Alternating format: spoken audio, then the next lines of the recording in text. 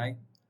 NCERT chapter number 2 solutions உடைய book back problemsக்கு நம்ம answers பார்த்துட்டு இருக்கோம். Question 2.5 A solution of glucose in water is labeled as 10% weight by weight. What would be the molality and mole fraction of each component in the solution?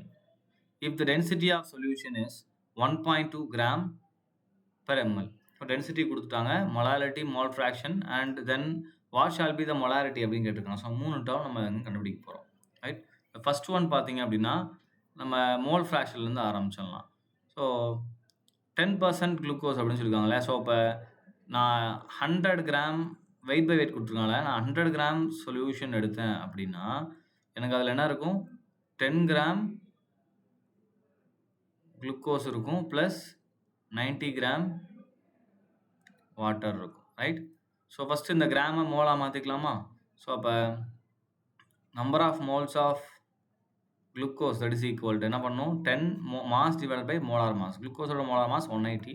So 10 divided by 180 நம்ம பண்ணும்போது 0.056 வருது. 0.056.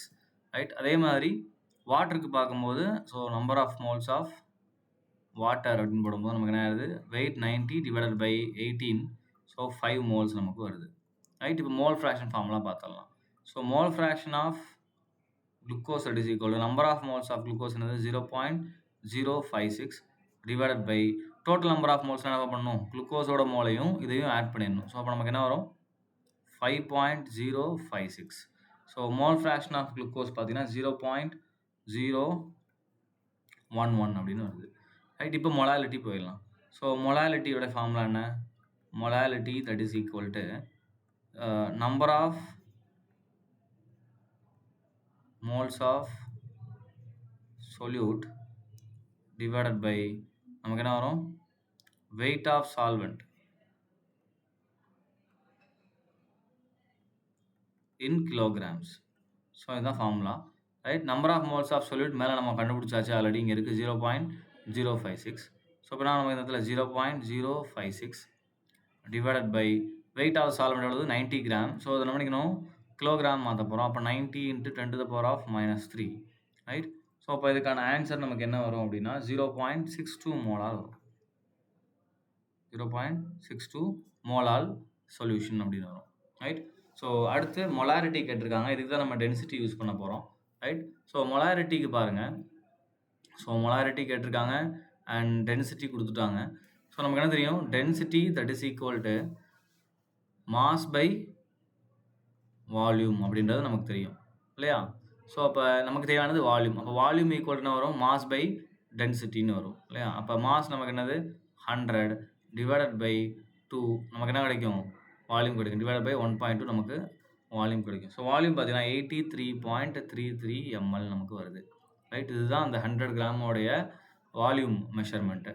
இப்போ molarity கண்டுபிடிச்சிடலாம். அப்போ மொலாரிட்டியோட formula என்னது, molarity that is equal to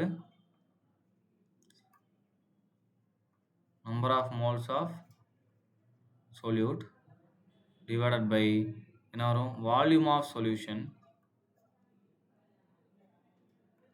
in லிட்டர்ஸில் வரணும். So அங்கே நமக்கு ml கிடச்சிருக்கு. ஏன்னா டென்சிட்டி நமக்கு எப்படி இருக்குது, டென்சிட்டியோட யூனிட் பாருங்க ml இருக்குது. ஸோ நமக்கு இங்கே என்ன வரும், ml வரும்.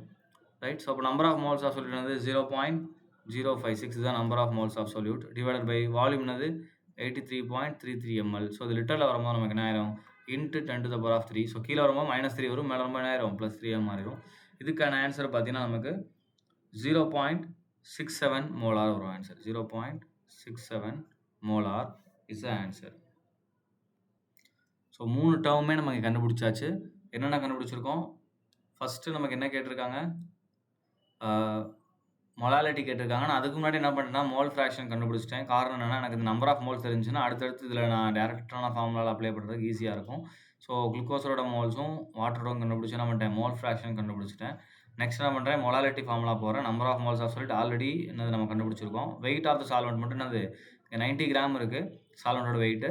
இதை கிலோகிராம் மாற்றும் போது 10⁻³ போடுறோம். ஈஸியான ஆன்சர் நமக்கு கிடச்சிச்சு.